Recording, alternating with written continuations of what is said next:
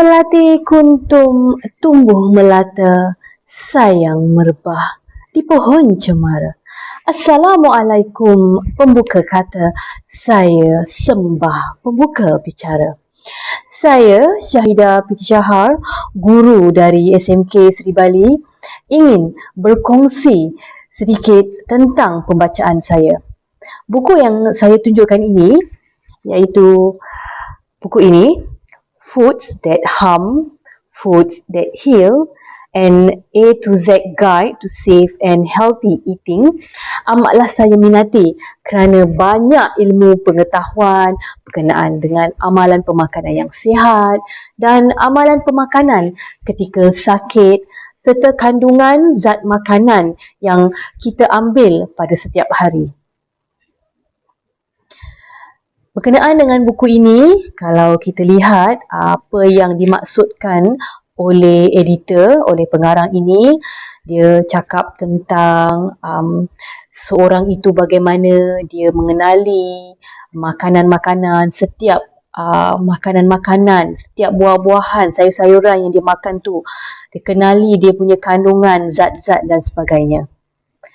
Baiklah, ini adalah kandungan dalam buku ini yang bermula daripada abjad A hingga Z, daripada ceritanya tentang acne iaitu jerawat, AIDS dan HIV, berkenaan dengan penyakit dan bagaimana amalan pemakanan ketika sakit, ketika demam, food poisoning iaitu keracunan makanan, berkenaan dengan sayur-sayuran, khasiat-khasiatnya, buah-buahan dan serta khasiatnya, dan amalan makanan kesihatan kita dari segi herbs, tidur, stres, demam saraf, madu, makanan seperti salad, makanan untuk kesihatan kita punya kidney, liver, banyak ilmu-ilmu yang dapat kita perolehi. Dan ada juga yang dia ceritakan tentang ulcer,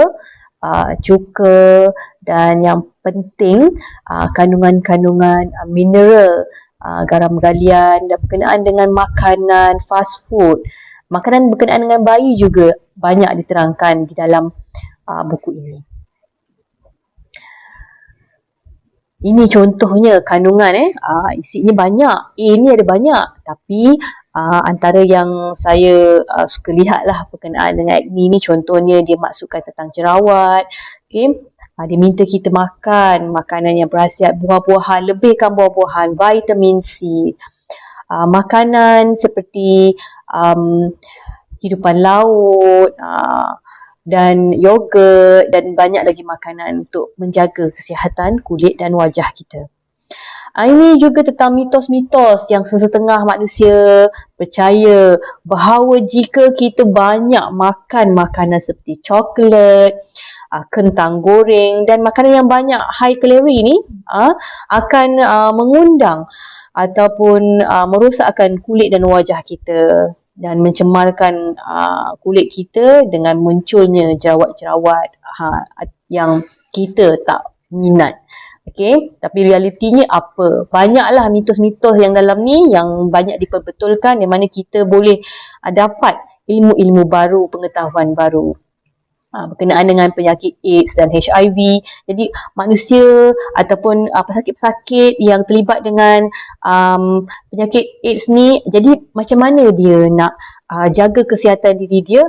Dia boleh avoid, dia boleh elakkan makanan yang undercook, yang kurang masak, dia elakkan daripada makanan yang beralkohol, dan banyak benda yang dia boleh makan untuk menjaga kestabilan dalam diri dia. Apa fungsi butter, apa fungsi margarin, apa kebaikan, mana lebih baik, semua ni banyak dimaklumkan tentang dalam buku ni. Berkenaan dengan kanser, buah-buahan, makanan yang tinggi fibernya. Seterusnya berkenaan dengan kidney iaitu buah pinggang. Kita ada juga antara yang saya minat, dia ceritakan tentang tidur, amalan masa tidur ataupun sebelum tidur tu, makanan apa yang boleh membantu kita untuk kesihatan kita, untuk memudahkan kita tidur dengan lebih baik.